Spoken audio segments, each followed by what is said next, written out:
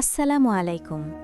সম্মানিত প্রিয় ভাই ও বোনেরা, আশা করি আপনারা সবাই আল্লাহ তাআলার রহমতে ভালো আছেন। আজ আমরা এমন একটি গুরুত্বপূর্ণ আমল সম্পর্কে আলোচনা করব যা আমাদের জীবনের গুনাহ মাফ, দোয়া কবুল এবং রিজিক বৃদ্ধির জন্য অত্যন্ত কার্যকর। এই আমলটি হল আস্তাগফিরুল্লাহ পড়া এবং এর সাথে আল্লাহ তাআলার কিছু মহান গুণবাচক নাম যুক্ত করা। মানুষ হিসেবে আমরা সবাই ভুল করি, গুনাহে জড়িয়ে পড়ি, কিন্তু আল্লাহ তাআলা এতটাই দয়ালু যে তিনি আমাদের জন্য তওবার দরজা সব সময় খোলা রেখেছেন। আমরা যদি আন্তরিকভাবে তার কাছে ক্ষমা চাই, তিনি আমাদের ক্ষমা করে দেন। পবিত্র কুরআনে আল্লাহ তাআলা বলেন, ফাকুল তুস্তাগফিরু রাব্বাকুম ইন্নাহু কানা গাফফারা। সূরা নূহ 10। অর্থ, তোমরা তোমাদের প্রতিপালকের কাছে ক্ষমা প্রার্থনা করো, নিশ্চয়ই তিনি অতি ক্ষমাশীল। এই আয়াত আমাদের শেখায় যে ইস্তেগফার শুধু একটি শব্দ নয়, এটি একটি শক্তিশালী ইবাদত যা বান্দাকে আল্লাহ নিকটবর্তী করে তোলে। সহিহ হাদিসে রাসূলুল্লাহ সাল্লাল্লাহু আলাইহি ওয়াসাল্লাম বলেছেন, যে ব্যক্তি নিয়মিত ইস্তেগফার করবে, আল্লাহ তার সব দুশ্চিন্তা দূর করে দেবেন, সব সংকট থেকে মুক্তির পথ করে দেবেন এবং তাকে এমন জায়গা থেকে রিজিক দেবেন যা সে কল্পনাও করতে পারে না। আবু দাউদ। তবে ইসলামে দোয়া কবুল হওয়ার একটি গুরুত্বপূর্ণ আদব হল আল্লাহকে তার সুন্দর নামসমূহ ধরে ডাকা। আল্লাহ তাআলা বলেন, ওয়ালিল্লাহি আসমাউল হুসনা ফাদউহু বিহা। সূরা আরাফ 180। অর্থ, আল্লাহর জন্য রয়েছে সর্বোত্তম নামসমূহ, তাই তোমরা তাকে সেসব নাম ধরে ডাকো। আমরা আস্তাগফিরুল্লাহের সাথে আল্লাহর বিশেষ নাম যেমন ইয়া গফুর, ইয়া রহিম, ইয়া রাজ্জাক যুক্ত করি, তখন সেই দোয়ার মধ্যে এক গভীর শক্তি সৃষ্টি হয়।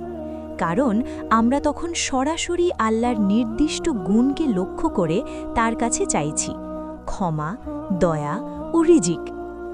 আমরা অনেক সময় অভিযোগ করি আমাদের দোয়া কবুল হচ্ছে না, কিন্তু আমরা যদি ইস্তেগফারকে জীবনের অংশ বানাই এবং সঠিক পদ্ধতিতে আল্লাহকে ডাকি, তাহলে ইনশাআল্লাহ আমাদের দোয়া দ্রুত কবুল হবে। আজকের এই আলোচনায় আমরা এমন 3টি মহান নাম সম্পর্কে জানব যেগুলোর সাথে ইস্তেগফার পড়লে দোয়া দ্রুত কবুল হয়। তাই আসুন আমরা মনোযোগ দিয়ে শুনি, বুঝি এবং জীবনে আমল করার চেষ্টা করি, যাতে আল্লাহ আমাদের গুনাহ মাফ করেন, আমাদের দোয়া কবুল করেন এবং আমাদের জীবনকে রহমত ও বরকতে ভরে দেন। আমিন। 1. ইয়া গফুর। ইয়া গফুর অর্থ হে অতি ক্ষমাশীল। আল্লাহ তাআলার এই মহান নামটি তার অসীম ক্ষমাশীলতার পরিচয় বহন করে। মানুষ যত বড় গুনাহই করুক না কেন, যদি সে সত্যিকার অর্থে অনুতপ্ত হয়ে আল্লাহর কাছে ফিরে আসে, তাহলে আল্লাহ তাকে ক্ষমা করে দেন। এই কারণেই ইস্তেগফারের সাথে ইয়া গফুর যুক্ত করে বলা একটি অত্যন্ত শক্তিশালী আমল। যখন কেউ বলে আস্তাগফিরুল্লাহ ইয়া গফুর, অর্থাৎ হে ক্ষমাশীল আল্লাহ, আমি আপনার কাছে ক্ষমা চাই, তখন সে আল্লাহর দরবারে বিনীতভাবে নিজেকে সঁপে দেয় এবং তার অসীম ক্ষমার আশায় আশ্রয় নেয়। পবিত্র কোরআনে আল্লাহ তাআলা বলেন, ইন্নাল্লাহা গফুরুর রাহিম। সূরা বাকারার 173। অর্থ, নিশ্চয়ই আল্লাহ অতি ক্ষমাশীল, পরম দয়ালু। এই আয়াতটি আমাদের শেখায় যে আল্লাহর ক্ষমার কোনো সীমা নেই। বান্দা যদি আন্তরিকভাবে তওবা করে, তাহলে অতীতের গুনাহ তাকে বাধা হয়ে দাঁড়াতে পারে না, বরং আল্লাহ তাআলা তার দয়ায় সেই গুনাহগুলো মুছে দেন। রাসূলুল্লাহ সাল্লাল্লাহু আলাইহি ওয়াসাল্লাম নিজেও দিনে 70 বারের বেশি ইস্তেগফার করতেন, যদিও তিনি ছিলেন নিষ্পাপ। এটি আমাদের জন্য এক বড় শিক্ষা। আমরা যত বেশি ইস্তেগফার করব, তত বেশি আল্লাহর রহমত আমাদের ওপর নাজিল হবে। বিশেষ করে ইয়া গফুর নামটি যুক্ত করলে এই ইস্তেগফারের প্রভাব আরও গভীর হয়, কারণ আমরা তখন সরাসরি আল্লাহর সেই গুণকে আহ্বান করছি যার মাধ্যমে তিনি গুনাহ মাফ করেন। অনেক আলেমের মতে এই আমলটি রাতের শেষাংশে বা তাহাজ্জুদের সময় করলে খুব দ্রুত কবুল হয়, কারণ এই সময় আল্লাহ তাআলা দুনিয়ার আসমানে অবতরণ করে বলেন, কে আছে আমার কাছে ক্ষমা চাইবে, আমি তাকে ক্ষমা করে দেব। সহিহ বুখারী। তাই যদি কেউ গভীর রাতে উঠে অন্তর থেকে বলে আস্তাগফিরুল্লাহ ইয়া গফুর, তাহলে তার দোয়া কবুল হওয়ার সম্ভাবনা অনেক বেশি থাকে। আমাদের জীবনে এমন অনেক গোপন গুনাহ আছে যা কেউ জানে না, কিন্তু আল্লাহ জানেন। সেই গুনাহগুলো আমাদের অন্তরকে ভারী করে রাখে এবং দোয়া কবুল হওয়ার পথে বাধা সৃষ্টি করে। ইয়া গফুর বলে ইস্তেগফার করলে সেই অন্তরের ভার হালকা হয়, হৃদয় প্রশান্ত হয় এবং আল্লাহর সাথে সম্পর্ক মজবুত হয়। তাই প্রতিদিন অন্তত ১০০ বার আস্তাগফিরুল্লাহ ইয়া গফুর পড়ার অভ্যাস গড়ে তোলা উচিত। শুধু মুখে নয়, অন্তরের গভীরতা থেকে এই দোয়া করতে হবে। নিজের ভুল স্বীকার করে চোখে পানি নিয়ে যদি কেউ আল্লাহকে ডাকে, তাহলে আল্লাহ কখনোই তাকে ফিরিয়ে দেন না। ইনশাআল্লাহ এই আমলের মাধ্যমে আমাদের গুনাহ মাফ হবে, অন্তর পবিত্র হবে এবং আমাদের দোয়াগুলো দ্রুত কবুল হবে। ২. ইয়া রাহিমু। ইয়া রাহিমু অর্থ হে পরম দয়ালু। আল্লাহ তাআলার এই মহান নামটি তার অসীম দয়া, মমতা এবং অনুগ্রহের প্রতীক। বান্দা যতই গুনাহে নিমজ্জিত হোক না কেন, আল্লাহের দয়ার দরজা তার জন্য সব সময় খোলা। তাই যখন কেউ আস্তাগফিরুল্লাহের সাথে ইয়া রাহিমু বলে আস্তাগফিরুল্লাহ ইয়া রাহিমু, অর্থাৎ হে পরম দয়ালু আল্লাহ, আমি আপনার কাছে ক্ষমা চাই, তখন সে আল্লাহের দয়া এবং রহমতের দিকে হাত বাড়ায়। পবিত্র কোরআনে আল্লাহ তাআলা বলেন, ওয়া রাহমাতি ওয়াসিয়াত কুল্লা শাইইন, অর্থ আমার দয়া সবকিছুকে পরিবেষ্টন করে আছে।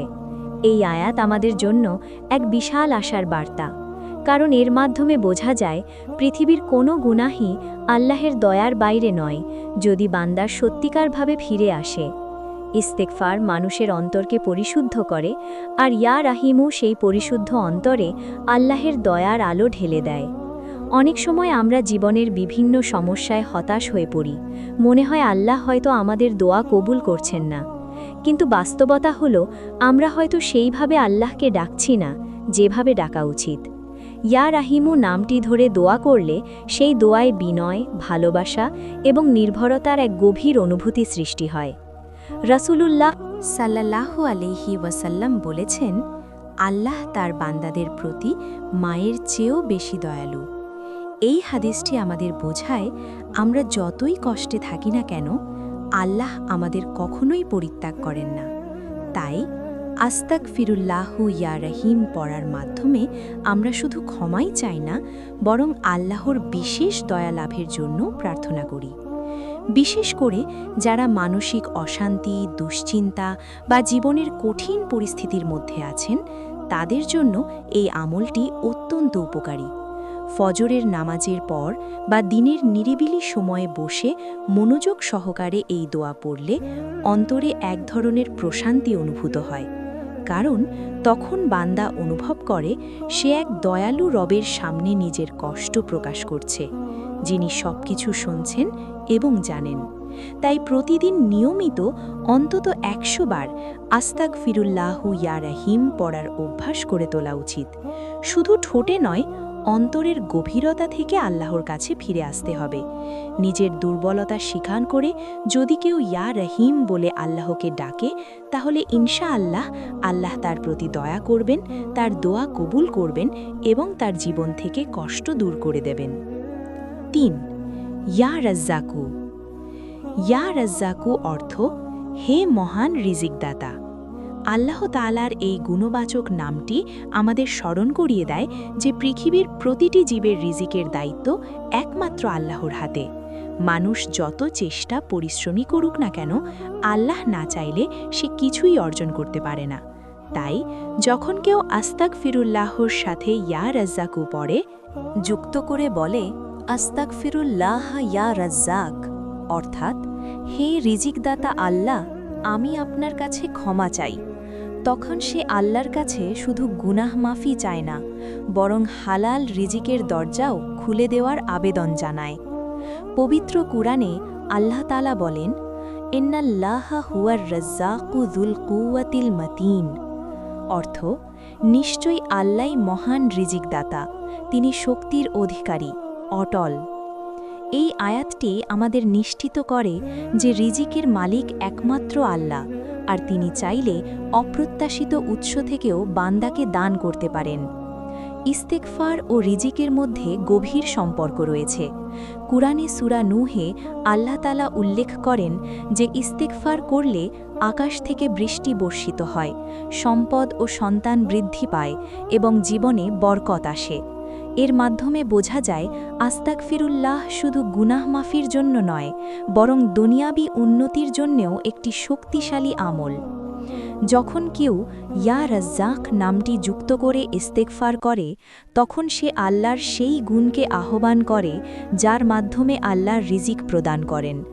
বিশেষ করে যারা আর্থিক কষ্টে আছেন, চাকরি পাচ্ছেন না, ব্যবসায় ক্ষতির সম্মুখীন হচ্ছেন, তাদের জন্য এই আমলটি অত্যন্ত কার্যকর হতে পারে। অনেক আলেম পরামর্শ দেন ফজরের নামাজের পর বা তাহাজ্জুদের সময় নির্জনে বসে মনোযোগ সহকারে আস্তাগফিরুল্লাহ ইয়া রাজ্জাক পড়লে তা দ্রুত উপকার বয়ে আনে, কারণ এই সময়গুলোতে দোয়া কবুল হওয়ার সম্ভাবনা বেশি থাকে। আমাদের মনে রাখতে হবে, রিজিক শুধু অর্থ সম্পদ নয়, স্বাস্থ্য, শান্তি, ভালোবাসা সব কিছুই রিজিকের অন্তর্ভুক্ত। তাই ইয়া রাজ্জাক বলে ইস্তেগফার করলে আল্লাহ আমাদের জীবনের প্রতিটি ক্ষেত্রে বরকত দান করতে পারেন। তাই প্রতিদিন অন্তত ১০০ বার আস্তাগফিরুল্লাহ ইয়া রাজ্জাক পড়ার অভ্যাস গড়ে তোলা উচিত। আন্তরিকভাবে, বিশ্বাসের সাথে এবং ধৈর্য ধরে এই আমল করলে ইনশাআল্লাহ আল্লাহ আমাদের জন্য রিজিকের দরজা খুলে দেবেন, অভাব দূর করবেন এবং আমাদের দোয়াগুলো দ্রুত কবুল করবেন।